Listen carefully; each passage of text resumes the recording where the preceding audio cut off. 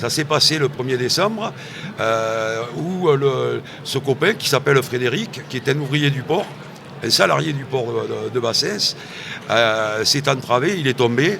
Et il a reçu une grenade de désencerclement sur lui. Et avec la main, évidemment, il a cherché à se protéger. Et le coup fatal, la deuxième explosion de la bombe s'est produite. Et il a perdu la main à cette occasion.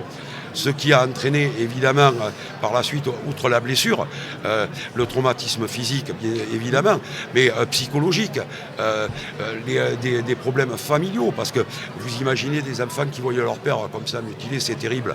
Et nous, on a été effectivement émus par la proximité du copain, par son histoire. C'est ce qui a mobilisé au niveau de la presqu'île tout un tas de camarades pour essayer de faire quelque chose. D'où la naissance de l'association. Donc c'est une association avec, si j'ai bien compris, la CGT de l'Union locale de la presqu'île de Bassens, mais qui prend naissance avec ce drame-là, mais qui se prolonge parce qu'il n'est pas le seul.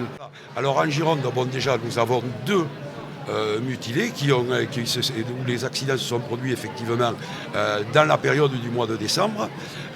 Mais au-delà, dans plusieurs manifestations et notamment à Paris, il y a eu aujourd'hui 5 personnes qui ont eu la main arrachée. Comme vous voyez. Et donc cette association vise à se structurer pour leur offrir une main de substitution, c'est ça ? Voilà, absolument. C'est-à-dire une main bionique, puisqu'on constate que le reste à charge pour les camarades, il est quasiment total.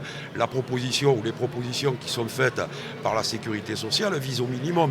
En clair, vous ne pouvez rien faire avec cette main, ou très peu. C'est du plastique, ça fait joli, ça donne l'impression. C'est une apparence. Mais ce que les copains ont besoin, surtout, c'est de pouvoir retrouver de la dignité à travers le travail. Ce qu'ils sont capables de pouvoir faire, à condition qu'ils aient, par exemple, un outil qui leur permette de pouvoir s'adapter et réaliser les travaux qu'ils ont à faire dans leur propre métier. De ce que vous nous avez transmis, donc ces mains bioniques, elles coûtent très cher, 38 000 €. 38 000 € une main, oui. C'est ça que...